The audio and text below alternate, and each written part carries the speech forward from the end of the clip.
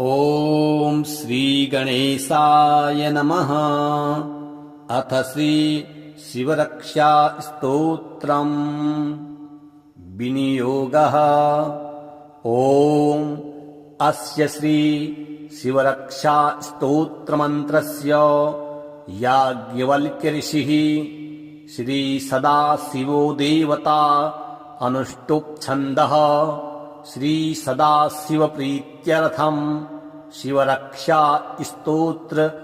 जपे पाठे विनियोगः। चरितम् देवदेवस्य महादेवस्य पावनम् अपारम् परमोदारम् चतुर्वर्गस्य साधनम् गौरी विनायकोपेतम् पञ्चवक्त्रम् त्रिनेत्रकम् शिवम् ध्यात्वा दशभुजम् शिवरक्षाम् पठेन्नरः। गंगाधरः शिरः पातु भालमरधेन्दुशेखरः नयने मदनध्वंसी कर्णौ सर्पविभूषणः। घ्राणम् पातु पुरारातिर्मुखम् पातु जगत्पतिः जिह्वाम् वागीश्वरः पातु कन्धराम् शितिकन्धरः। श्रीकण्ठः पातु मे कण्ठम् स्कन्धो विश्वधुरन्धरः भुजो भूभार संहरता करो पातु पिनाकधृक्। हृदयम् शङ्करः पातु जठरम् गिरिजापतिः नाभिम् मृत्युञ्जयः पातु कटिव्याघ्रजिनाम्बरः। शक्थिनी पातु दीनार्त शरणागतवत्सलः उरुमहेश्वरः पातु जानुनी जगदीश्वरः। जङ्घे पातु जगत्कर्ता गुल्फः पातु गणाधिपः। चरणौ करुणासिन्धुः सर्वाङ्गानि सदाशिवः। एताम् शिवबलोपेताम् रक्षाम् यः सुकृती पठेत् स भुक्त्वा सकलान् कामान् शिवसायुज्यमाप्नुयात्। गृहभूतपिशाचाश्च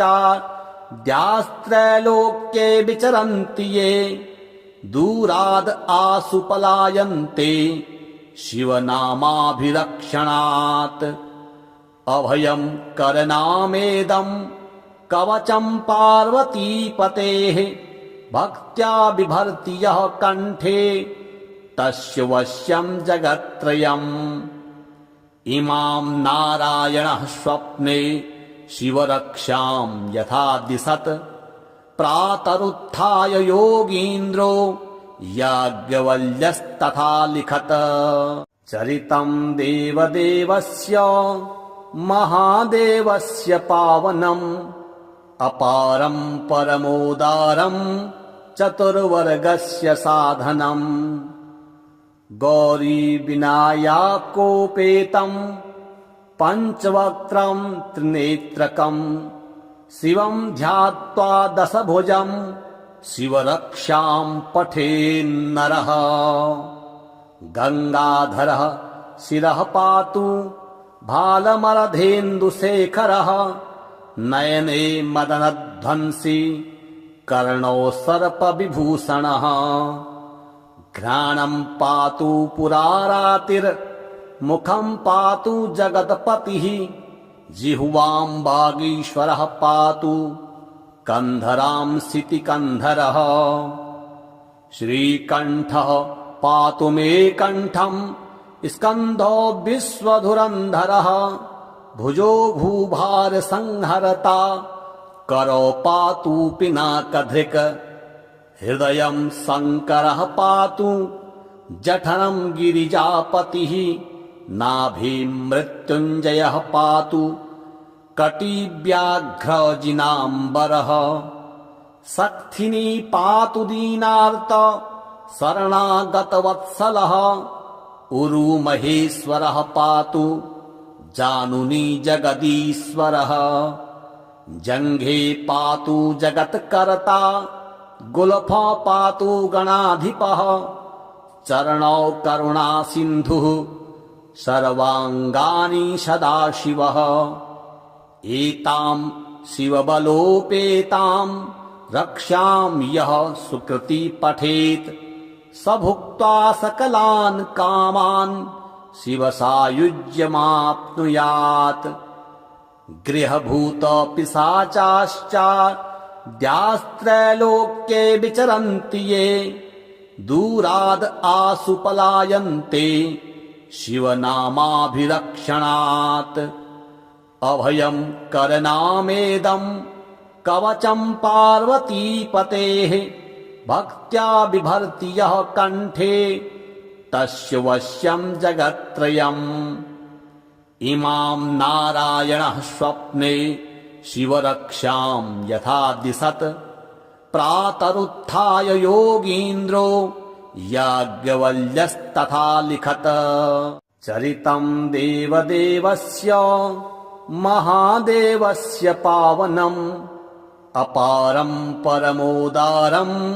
चतुर्वर्गस्य साधनम् गौरीविनायकोपेतं पञ्चवक्त्रं त्रिनेत्रकं शिवं ध्यात्वा दशभुजं शिवरक्षां पठेन्नरः गङ्गाधरः शिरः पातु भालमरधेन्दुशेखरः नयने मदनध्वंसी कर्णौ सर्पविभूषणः घ्राणं पातु पुरारातिर्मुखं पातु जगत्पतिः जिह्वां वागीश्वरः पातु कन्धरां सितिकन्धरः श्रीकण्ठः पातु मे कण्ठं स्कन्धो विश्वधुरन्धरः भुजो भूभारसंहरता करो पातु पिनाकधृक् हृदयं शङ्करः पातु जठरं गिरिजापतिः नाभिं मृत्युञ्जयः पातु कटिव्याघ्रजिनाम्बरः शक्थिनी पातु दीनार्त शरणागतवत्सलः उरुमहेश्वरः पातु जानुनी जगदीश्वरः जङ्घे पातु जगत्कर्ता गुल्फा पातु गणाधिपः चरणौ करुणा सिन्धुः सर्वाङ्गानि सदाशिवः एतां शिवबलोपेतां रक्षां यः सुकृति पठेत् स भुक्त्वा सकलान् कामान् शिवसायुज्यमाप्नुयात् गृहभूतपिशाचाश्चाद्यास्त्रैलोक्ये विचरन्ति ये दूराद् आसु पलायन्ते शिवनामाभिरक्षणात् अभयं करनामेदं कवचं पार्वतीपतेः भक्त्या बिभर्ति यः कण्ठे तस्य वश्यं जगत्त्रयम् इमां नारायणः स्वप्ने शिवरक्षां यथा दिशत् प्रातरुत्थाय योगीन्द्रो याज्ञवल्क्यस्तथा लिखत चरितं देवदेवस्य महादेवस्य पावनम् अपारं परमोदारं चतुर्वर्गस्य साधनम् गौरीविनायकोपेतं पञ्चवक्त्रं त्रिनेत्रकं शिवं ध्यात्वा दशभुजं शिवरक्षां पठेन्नरः गङ्गाधरः शिरः पातु भालमरधेन्दुशेखरः नयने मदनध्वंसी कर्णौ सर्पविभूषणः घ्राणं पातु पुरारातिर्मुखं पातु जगत्पतिः जिह्वां वागीश्वरः पातु कन्धरां सितिकन्धरः श्रीकण्ठः पातु मे कण्ठं स्कन्धो विश्वधुरन्धरः भुजो भूभार संहरता करो पातु पिनाकधृक् हृदयं शङ्करः पातु जठरं गिरिजापतिः नाभिं मृत्युञ्जयः पातु कटिव्याघ्रजिनाम्बरः सक्थिनी पातु दीनार्त शरणागतवत्सलः उरुमहेश्वरः पातु जानुनी जगदीश्वरः जङ्घे पातु जगत्कर्ता गुल्फा पातु गणाधिपः चरणौ करुणासिन्धुः सर्वाङ्गानि सदाशिवः एतां शिवबलोपेतां रक्षां यः सुकृति पठेत् स भुक्त्वा सकलान् कामान् शिवसायुज्यमाप्नुयात् गृहभूतपिशाचाश्चाद्यास्त्रैलोक्ये विचरन्ति ये दूराद् आसु पलायन्ते शिवनामाभिरक्षणात् अभयं करनामेदं कवचं पार्वतीपतेः भक्त्या बिभर्ति यः कण्ठे तस्य वश्यं जगत्त्रयम्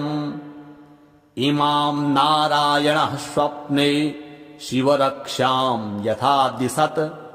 प्रातरुत्थाय योगीन्द्रो याज्ञवल्क्यस्तथा लिखत् चरितं देवदेवस्य महादेवस्य पावनम् अपारं परमोदारं चतुर्वर्गस्य साधनम् गौरीविनायकोपेतं पञ्चवक्त्रं त्रिनेत्रकं शिवं ध्यात्वा दशभुजं शिवरक्षां पठेन्नरः गङ्गाधरः शिरः पातु भालमरधेन्दुशेखरः नयने मदनध्वंसी कर्णौ सर्पविभूषणः घ्राणं पातु पुरारातिर्मुखं पातु जगत्पतिः जिह्वां वागीश्वरः पातु कन्धरां सितिकन्धरः श्रीकण्ठः पातु मे कण्ठं स्कन्धो विश्वधुरन्धरः भुजो भूभार संहरता करो पातु पिनाकधृक् हृदयं शङ्करः पातु जठरं गिरिजापतिः नाभिं मृत्युञ्जयः पातु कटिव्याघ्रजिनाम्बरः सक्थिनी पातु दीनार्त शरणागतवत्सलः उरुमहेश्वरः पातु जानुनी जगदीश्वरः जङ्घे पातु जगत्कर्ता गुल्फा पातु गणाधिपः चरणौ करुणासिन्धुः सर्वाङ्गानि सदाशिवः एतां शिवबलोपेतां रक्षां यः सुकृति पठेत् स भुक्त्वा सकलान् कामान् शिवसायुज्यमाप्नुयात् गृहभूतपिशाचाश्चाद्यास्त्रैलोक्ये विचरन्ति ये दूराद् आसु पलायन्ते शिवनामाभिरक्षणात् अभयं करनामेदं कवचं पार्वतीपतेः भक्त्या बिभर्ति यः कण्ठे तस्य वश्यं जगत्त्रयम् इमां नारायणः स्वप्ने शिवरक्षां यथा दिशत् प्रातरुत्थाय योगीन्द्रो याज्ञवल्क्यस्तथा लिखत् चरितं देवदेवस्य महादेवस्य पावनम् अपारं परमोदारं चतुर्वर्गस्य साधनम् गौरीविनायकोपेतं पञ्चवक्त्रं त्रिनेत्रकं शिवं ध्यात्वा दशभुजं शिवरक्षां पठेन्नरः गङ्गाधरः शिरः पातु भालमरधेन्दुशेखरः नयने मदनध्वंसी कर्णौ सर्पविभूषणः घ्राणं पातु पुरारातिर्मुखं पातु जगत्पतिः जिह्वां वागीश्वरः पातु कन्धरांसिति कन्धरः श्रीकण्ठः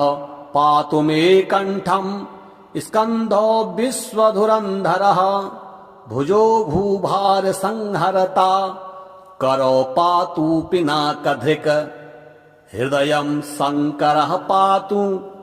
जठरं गिरिजापतिः नाभिं मृत्युञ्जयः पातु कटिव्याघ्रजिनाम्बरः सक्थिनी पातु दीनार्त शरणागतवत्सलः उरुमहेश्वरः पातु जानुनी जगदीश्वरः जङ्घे पातु जगत्कर्ता गुल्फा पातु गणाधिपः चरणौ करुणासिन्धुः सर्वाङ्गानि सदाशिवः एतां शिवबलोपेतां रक्षां यः सुकृति पठेत् स भुक्त्वा सकलान् कामान् शिवसायुज्यमाप्नुयात् गृहभूतपिशाचाश्चाद्यास्त्रैलोक्ये विचरन्ति ये दूराद् आसु पलायन्ते शिवनामाभिरक्षणात् अभयं करनामेदं कवचं पार्वतीपतेः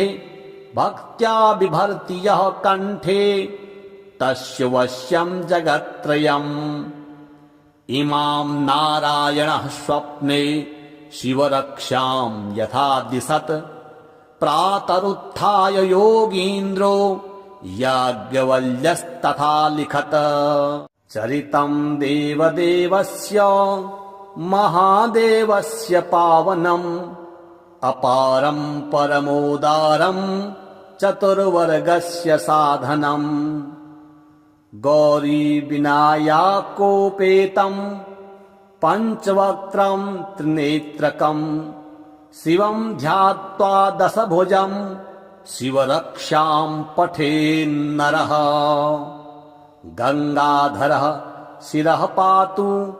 भालमरधेन्दुशेखरः नयने मदनध्वंसी कर्णौ सर्पविभूषणः घ्राणं पातु पुरारातिर्मुखं पातु जगत्पतिः जिह्वां वागीश्वरः पातु कन्धरांसिति कन्धरः श्रीकण्ठः पातु मे कण्ठं स्कन्धो विश्वधुरन्धरः भुजो भूभारसंहरता करो पातु पिनाकधृक् हृदयं शङ्करः पातु जठरं गिरिजापतिः नाभिं मृत्युञ्जयः पातु कटिव्याघ्रजिनाम्बरः सक्थिनी पातु दीनार्त शरणागतवत्सलः उरुमहेश्वरः पातु जानुनी जगदीश्वरः जङ्घे पातु जगत्कर्ता गुल्फा पातु गणाधिपः चरणौ करुणासिन्धुः सर्वाङ्गानि सदाशिवः एतां शिवबलोपेतां रक्षां यः सुकृति पठेत् स भुक्त्वा सकलान् कामान् शिवसायुज्यमाप्नुयात् गृहभूतपिशाचाश्चाद्यास्त्रैलोक्ये विचरन्ति ये दूराद् आसु पलायन्ते शिवनामाभिरक्षणात् अभयं करनामेदं कवचं पार्वतीपतेः भक्त्या बिभर्ति यः कण्ठे तस्य वश्यं जगत्त्रयम् इमां नारायणः स्वप्ने शिवरक्षां यथा दिशत् प्रातरुत्थाय योगीन्द्रो याज्ञवल्क्यस्तथा लिखत चरितं देवदेवस्य महादेवस्य पावनम् अपारं परमोदारं चतुर्वर्गस्य साधनम् गौरीविनायकोपेतं पञ्चवक्त्रं त्रिनेत्रकम् शिवं ध्यात्वा दशभुजं शिवरक्षां पठेन्नरः गंगाधरः शिरः पातु भालमरधेन्दुशेखरः नयने मदनध्वंसी कर्णौ सर्पविभूषणः घ्राणं पातु पुरारातिर्मुखं पातु जगत्पतिः जिह्वां वागीश्वरः पातु कन्धरांसिति कन्धरः श्रीकण्ठः पातु मे कण्ठं स्कन्धो विश्वधुरन्धरः भुजो भूभारसंहरता करो पातु पिनाकधृक् हृदयं शङ्करः पातु जठरं गिरिजापतिः नाभिं मृत्युञ्जयः पातु कटिव्याघ्रजिनाम्बरः सक्थिनी पातु दीनार्त शरणागतवत्सलः उरुमहेश्वरः पातु जानुनी जगदीश्वरः जङ्घे पातु जगत्कर्ता गुल्फा पातु गणाधिपः चरणौ करुणासिन्धुः सर्वाङ्गानि सदाशिवः एतां शिवबलोपेतां रक्षां यः सुकृति पठेत् स भुक्त्वा सकलान् कामान् शिवसायुज्यमाप्नुयात् गृहभूतपिशाचाश्चाद्यास्त्रैलोक्ये विचरन्ति ये दूराद् आसु पलायन्ते शिवनामाभिरक्षणात् अभयं करनामेदं